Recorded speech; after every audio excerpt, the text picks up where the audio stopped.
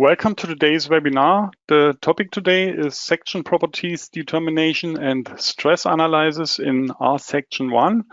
My name is Andreas Hörold. I'm responsible for marketing and public relations in the Dlubal Software company. For instance, the Dlubal website, the German and English webinars, customer projects, etc. I will be the moderator today. My colleague Sonja von Bloh will be the presenter, but my two colleagues can introduce themselves. Hello, my name is Sonja von Bloh. I provide technical support for our customers and I'm responsible for the development of the R section program and add-on aluminum design. And hi from my side, my name is Caroline Lessmann and I work here at Dlubal Software in the marketing department. So I'm responsible for the webinars and newsletters and I'll answer your questions today. Okay, thank you for your introduction. You can ask questions via the control panel on the right side of your screen. You can enter a short question here and Caroline and me will answer you. In the case there are too many questions and you don't get an answer during the webinar, you will get an email afterwards. The other way is to watch the entire webinar and email your questions to info@dlubal.com. So to the agenda today, at first Sonja will create a user-defined cross-section using a DXF template. You can see the completed cross-section on the right side. Then she will parameterize the cross-section. Then the third point is calculation and stress analysis and the evaluation and documentation in the printout report. Okay, then I hand over the screen to Sonja. Sonja, it's your turn. Okay, the standalone program R section determines the section properties for any thin walled and massive cross sections and performs a stress analysis. If you want to design special sections in RFEM or RStab that are not contained in the section library, you can create them with R section. You can then import these user-defined sections into RFEM or RStab. Sections can be generated via graphical or tabular input via importing a DXF file or using a script. Furthermore, a parametric input is possible. Today, I will first show how to create a cross-section by importing a DXF file, and then I will parameterize the cross-section. I import the DXF file via import DXF. Here I have to choose the corresponding DXF file, and then I click on Open. In this window, I can specify the insertion point here, or I can define a rotation, or it's also possible to do a system transformation. The Z coordinate is supposed to be mirrored, so I check the corresponding checkbox. In addition, if there are very short lines in the DXF file, I can minimize the tolerances here if I check this checkbox. Furthermore, it's possible to define the DXF template length units. If I open the drop-down, you can see which units I can choose. I will leave it automatically. Then I go to OK and click also OK. And then all lines will be imported. Then I set the analysis method in the base data dialog. Here I open the base data dialog and I can choose the analysis method. The following analysis methods are available. It's a finite element analysis and the thin walled analysis. The difference between the analysis methods finite element calculation and analysis of thin-walled structures is a calculation of the cross-section values and stresses on the gross cross-section. With the finite element calculation, the calculation is based on the FE method. When analyzing thin-walled structures, the calculation is carried out analytically. The effective cross-section can be calculated for both analysis methods. A license for the effective cross-section extension is required for this. The green dot here in front of the extension indicates that a license is present. After activating the extension, a standard must be selected according to whose rules the subpanels are to be generated and the effective cross-section is to be calculated. The following standards are currently available: Eurocode 3 Part 1, Eurocode 3 Part 3 for cold form section, and Eurocode 9 for aluminum section.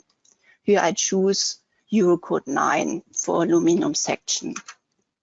The selection of the design method or the standard is irrelevant when using the R-section cross-section in RFEM or RStab. You can select the analysis method in RFEM or RStab regardless of what is set in R-section. Furthermore, the subpanels are generated in the design add-ons based on the standard selected in the design module.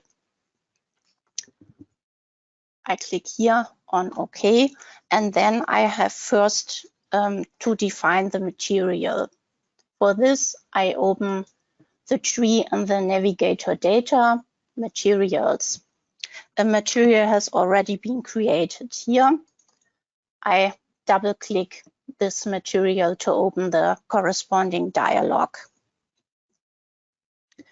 I can create or copy another material on the list here on the left. These are the buttons for creation of a new material or copying the selected materials, and I can delete here also the selected material. I can enter the name of the material name directly here in this box. Our section then lists all materials that match that name. If I enter here the name, you can see the corresponding materials. But I can also open the material library for a specific selection via this button. In the material library, filters are available to quickly find the material. I can here choose the material type or the material subtype, the standard, and so on. But there's also a search available in this window. I can directly type in the name of the material, and I choose this material and click on OK. If the material is not in the material library, I can create this material by activating this checkbox user-defined material. If I now go to tab material values, I can define the properties that I want to define. I don't want to do this, so I uncheck this checkbox and I click on OK. After I've defined the material, a part must be defined for the cross-section. This part must be defined for all analysis methods. I create this part by selecting the boundary lines. For this, I go to the navigator data, and then I go to a new part, boundary lines. Then I pick all lines, and then I want to deselect the openings. I hold down the Shift key for this, and then I select the lines that I want to deselect.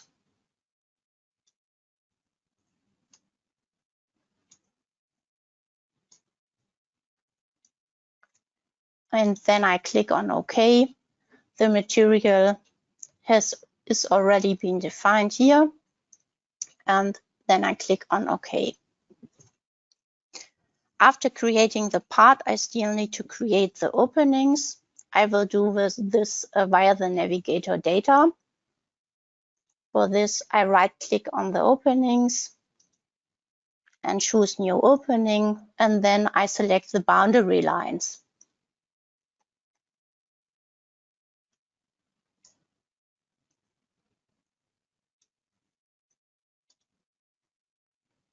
I click on Apply and Next. Then I select the next boundary lines.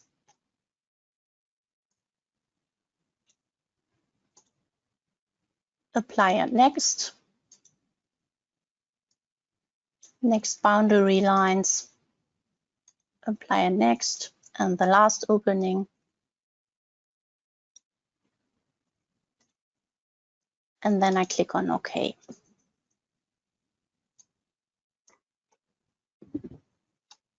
For a calculation of the gross cross-sectional values using the finite element method, my entries would now be complete.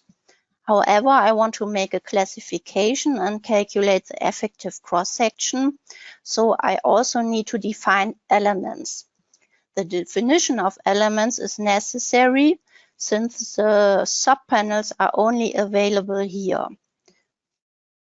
The definition is also necessary for the calculation with the analysis method thin-walled analysis.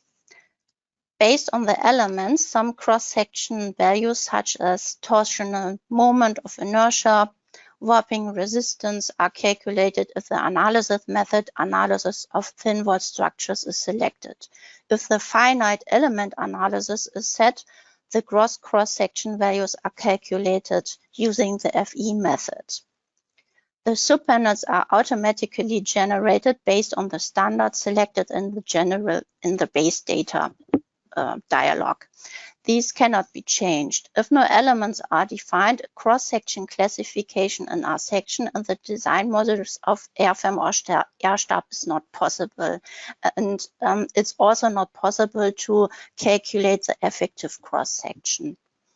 In the design add-ons of RFEM or RStab, this cross-section is then designed according to the cross-section class 3.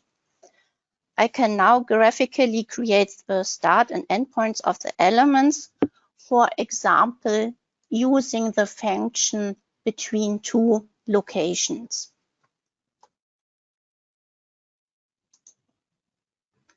For this, I select the first point and then the next point, and then I can define the distance between the 2 points. I don't want to do this today because it's also a good idea to create the center lines in the CAD application and import them as a background layer. In contrast to the DXF import, in which the complete model is imported, converted into points and lines, the background layers represent a kind of layer for modeling. For this, I open in Navigator Data the background layers. Here, a background layer is already been imported. I delete this because I don't need this today. And then I go here to new background layer. Here I first select the DXF file to be imported via this button, Open File, and I choose the DXF file with the center lines. Then I click on Open, and the insertion point, this is this point here, determines where on the envelope of the background layer is placed at the origin point. I choose +Y here. Furthermore, I leave the origin at the 0 points here, and I define a rotation about 180 degrees. I see the result in the graphic here on the right. And then I click on OK. Now the background layer is imported. Then I go to Object Snaps and I want to control which options are activated. And here the option points, center lines, and focuses are activated. Points is already activated here so that the start and end points of the center lines of the background layers are snapped. This is this checkbox. Okay, I now dimension the cross-section to determine the element thicknesses. I can do this via the symbols here. We have here several possibilities. I can do a linear dimension, arc length dimension, and so on. I choose here the linear dimension, and then I have to click or pick the points where I want to create the dimensions. I have to here to change the reference to the Y direction, and I do this also here for the flange projection in Z direction. I need this also here.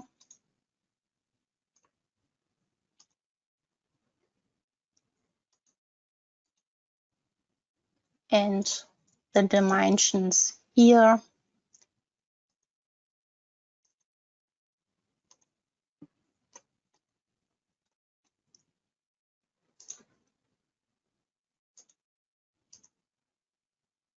And the dimensions here.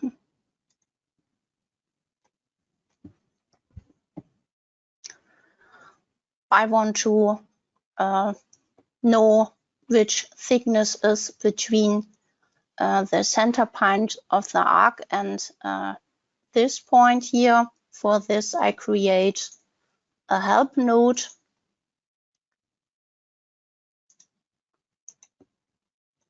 And then it's possible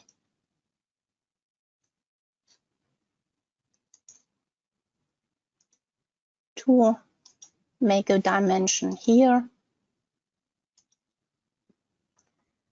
I think now I have all thicknesses so that I can now create the elements. The elements can be created graphically or via a dialog.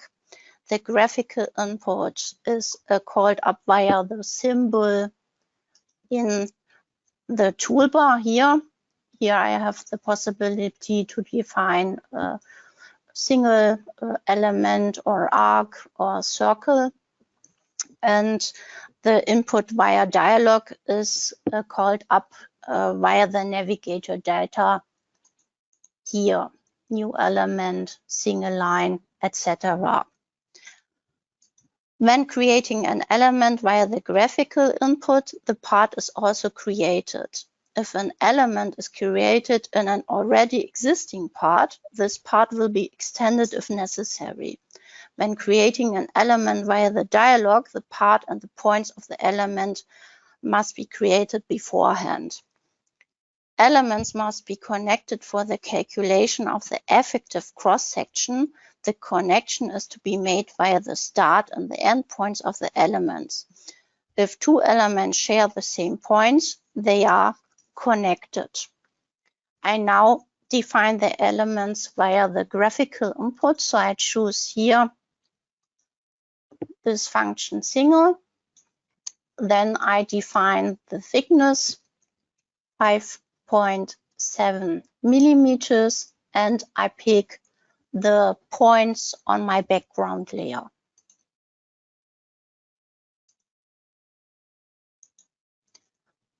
Then I define the elements for the web. The web has a thickness of 3.1 millimeter.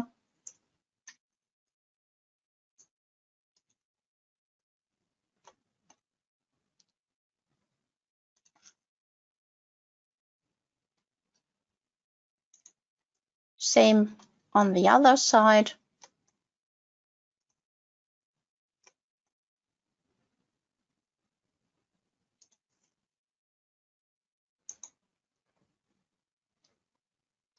Then I define the elements here on the flange. They have a thickness of 2.3 millimeters.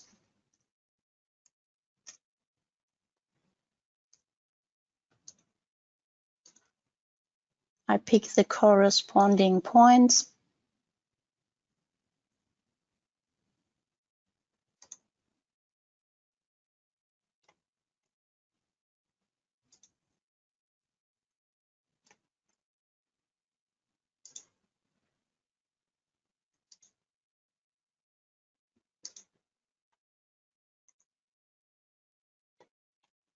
Then I have to create the elements here.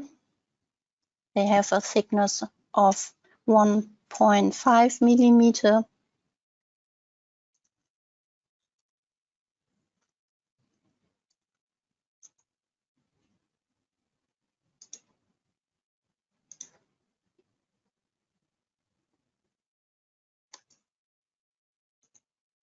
Same on the right side of the cross section.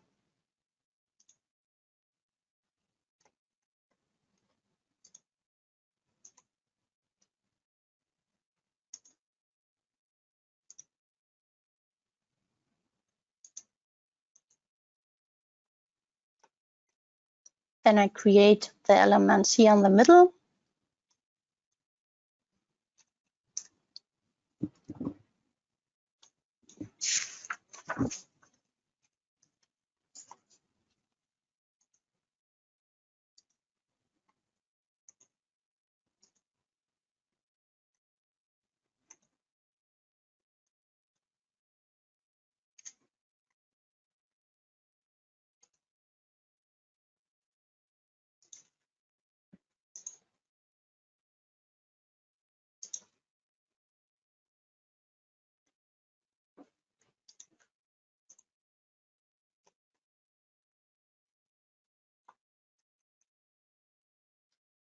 Then the connecting element here.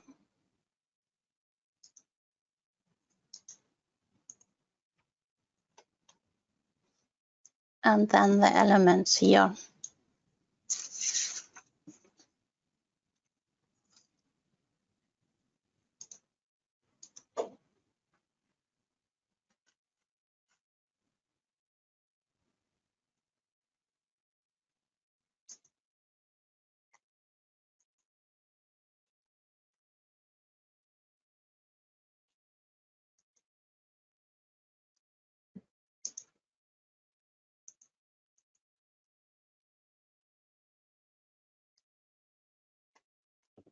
The cross section is now complete. You can see the subpanels here that were automatically being generated according to the rules of the standard that I have chosen on the base data dialog.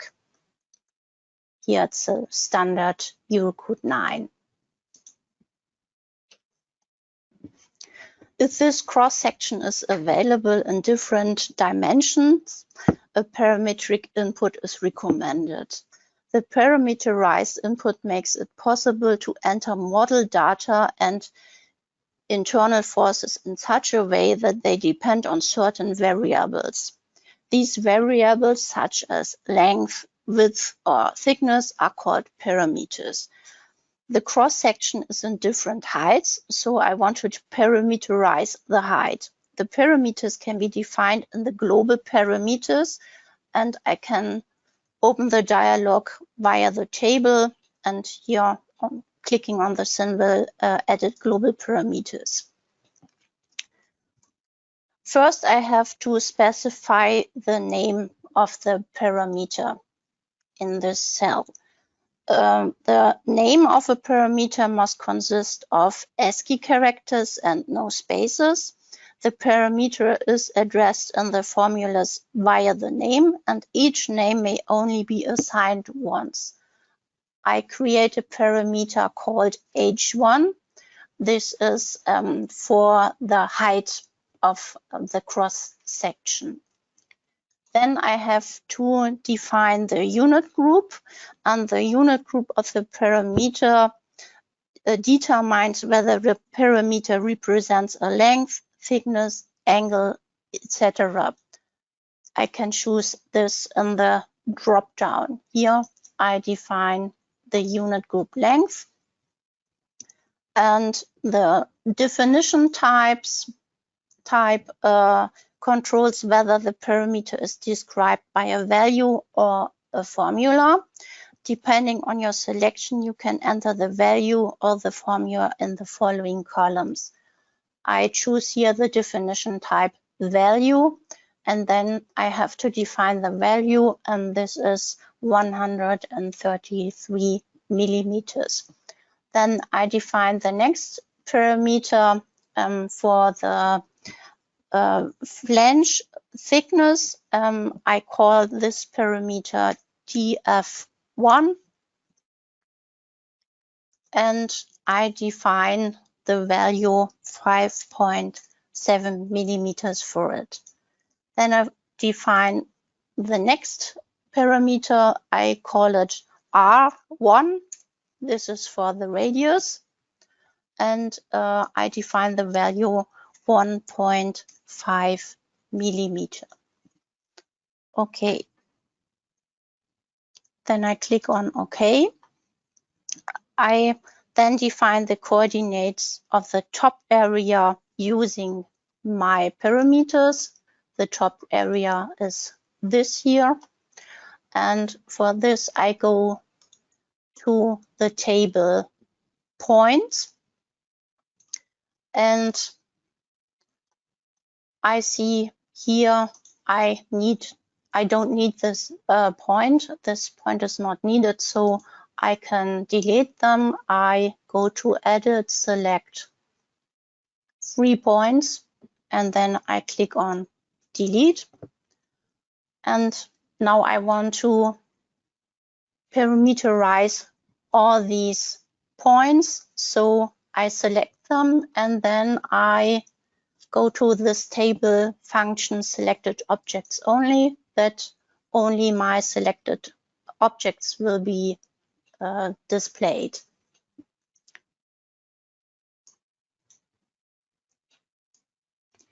I turn on also the numeration or the numbering of the points. And you have the option of addressing objects and their properties directly. For example, I can access the coordinates of points. If I want to access the coordinate of the point here, of the point 157, then I have to define this via the properties. A list of the properties can be opened via the menu View and then Console. And then here, if I click on the info button, then I see all object properties. Here I have the object property points, and the property coordinate 1 is for the y coordinate of the point, and the point I have to specify in this brackets. The coordinate 2 is for the z coordinate of the points that I have to specify in these brackets. Okay. I now define the coordinates depending on my parameters. I can do this directly in the table. For this, I want to define the y-coordinate of my point number 9.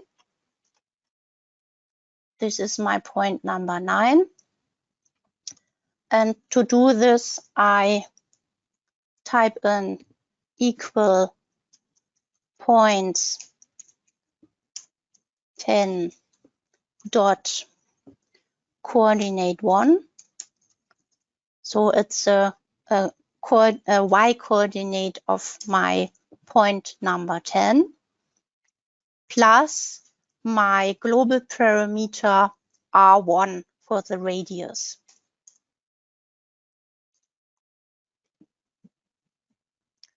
I can show the formulas via this button, and it's also possible to define the parameters or the formulas in an additional window in the Edit Formula window. And here I define the z-coordinate of my point number 9. This is the z-coordinate of my point number 157. So points 157 dot coordinate 2. For the z-coordinate, minus h1 minus tf1 divided by 2. Here I see the result. Then I click on OK. It's also possible to copy the formula. So I open the dialog again, and then I copy this formula because I need this for the definition of my point number 10. For this, I open the Edit Formula window again, and I paste this formula, and it's the same, but additionally plus R1. Okay. Then I define the z-coordinate of my point number 104. For this, I open the Edit Formula window again. And this is also plus R1.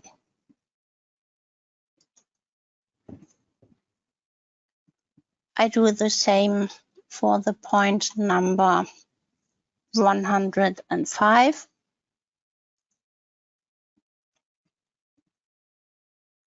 This is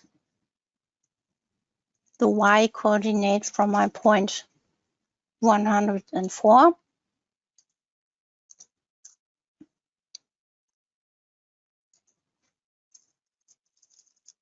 Minus R1. Okay. And this is points 147, the z-coordinate minus h1 minus tf1 divided by 2.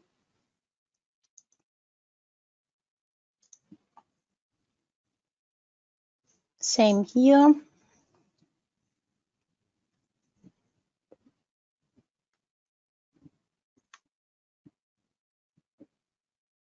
But here it's plus tf1 divided by 2. Okay. Same here.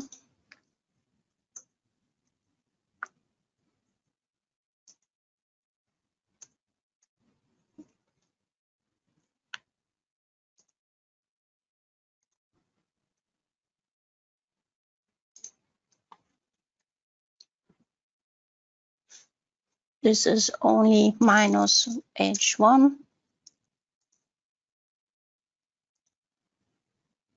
And the same here.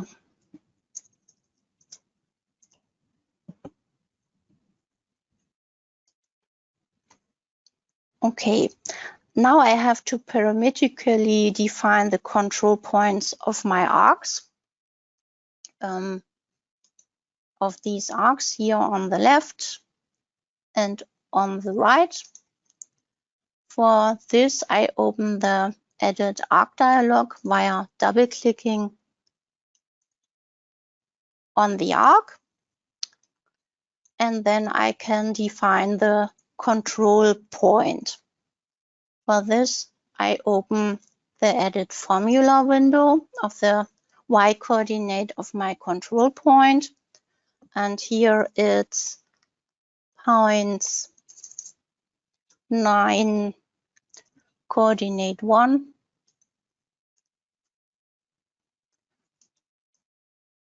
minus R1 divided by square root of 2.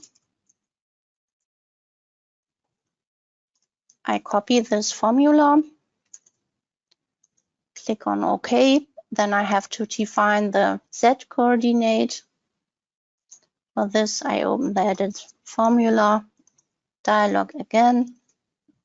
And this is the Z coordinate of points 10. So I have to change it here. Z coordinate minus R1 divided by square root 2. Okay. I have to do the same for the arc on the right side. So I double click on this line, open the Edit Formula dialog, and I pass the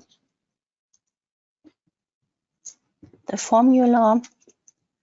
It's the y coordinate of point number 105 plus R1 divided by square root 2.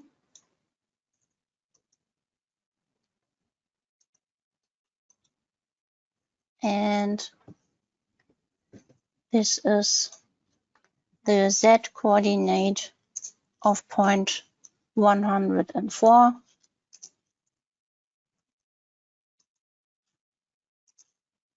minus R1.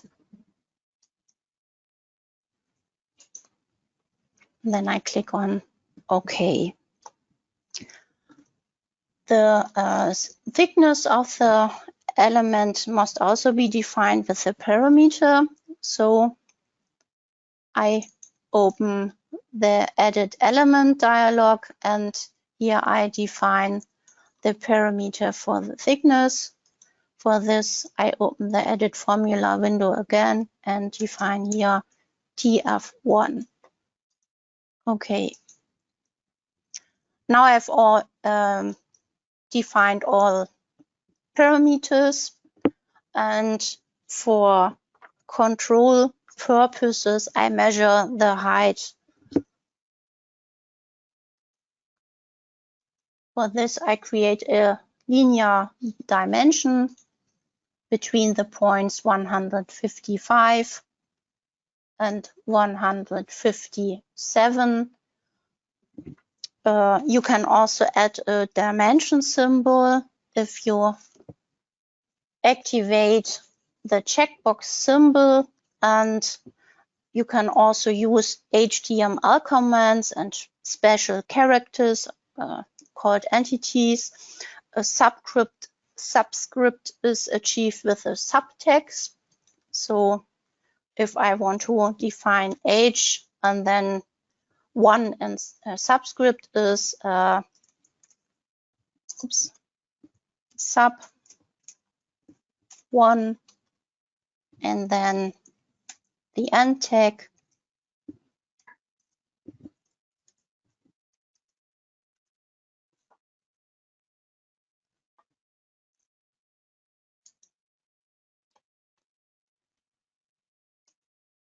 Okay.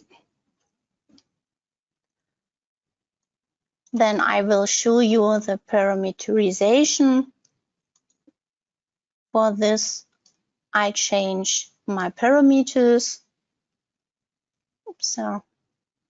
maybe here I change the height H1 to 80 millimeters. And if I go click on apply, you can see the result. I change it back to 133 millimeters and click on OK. I would also like to use this example to show you how to calculate stresses on the effective cross-section. In order to calculate stresses or the effective cross-section, a load case must be created first. Load combination can also be created. I create a load case via the navigator data. For this, I right-click on the load case and choose new load case. I define the name pressure, and then I click on OK. Then I have to define internal forces. I can do this via the navigator data, or I can do this via the table. If I choose here internal forces, it's possible to define the internal forces manually. It's also possible to import the internal forces from RFEM or RStab via this button. Only import from RStab 9 or RFEM 6 is possible. The RFEM 6 or RStab 9 file must be saved with results for this. A load combination is supported as a load case, and I don't want to import internal forces today from RStab or RFEM. I want to define them manually in the table. For this, I have to enter the member number and the location, and then I define an axial force pressure minus 2 kilonewton. In the base data, I can make detailed settings. So I open the base data dialog again, and then I go to the tab settings and options. Here I can define if the stresses for elements should be determined in most unfavorable element edges or on element center lines only. And here it's also possible that an additional acting bending moment that results from the shift of the centroid of the effective cross-section relative to the centroid of the cross-section should be neglected. So I activate this checkbox, and then I click on OK. Which stresses are to be calculated and output in tabular and graphical form can be set in the data navigator. Here under stresses, stress configuration, I open the corresponding window, and here you can activate or deactivate the stresses that should be calculated. Here the stresses sigma x total and tau total are activated. This is OK, and then click on OK. And then I'll start the calculation now. So I go to calculate, calculate all. And in the table, you have the results for the gross cross-section. This is here the thin walled analysis. This is the sectional area for the gross cross-section, and you can switch here to the effective thin walled analysis. Then the sectional area of the effective cross-section will be displayed. This is less than the gross cross-section, so I assume this cross-section has the class 4, and you can see this also in additional tables. Here you can choose the section classification, and I can see, okay, this is class 4, and I can see, okay, the subpanel number 2 is class 4. This is also selected here in the graphic, and I can switch also the graphical results to a thin vault analysis. This is for the gross cross section here, sigma x total, and I can see here also the effective cross section, and I can see, okay, the web is here reduced, and if I want to know the reduction, then I can go to the corresponding table. Here, reduced thicknesses. I click on the corresponding subpanel, and I see the effective thickness is here 2.4 millimeters. I can also set the display type in the navigator results. Here I can choose between ISO bands or ISO lines, and here I can choose the option off.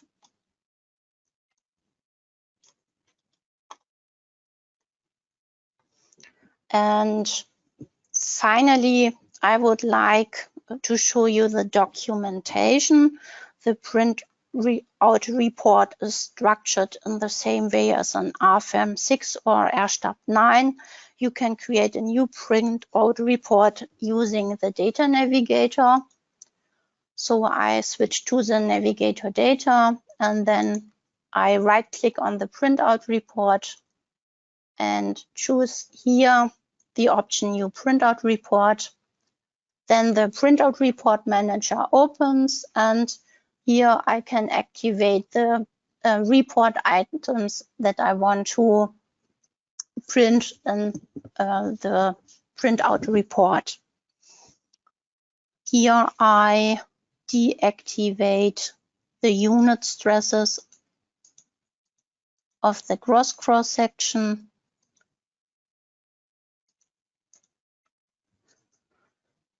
And if I click on save and show, then this opens the printout report.